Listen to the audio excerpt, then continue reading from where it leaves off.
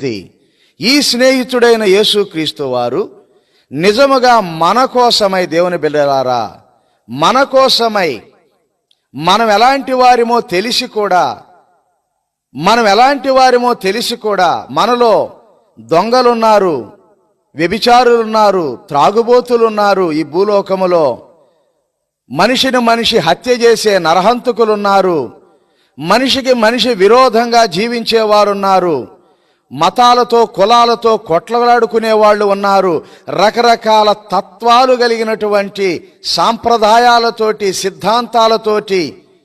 దేవునికి వ్యతిరేకమైన భిన్నాభిప్రాయములతోటి జీవిస్తున్నటువంటి మానవాళి యొక్క మనస్థితి ఏమిటో తెలిసి కూడా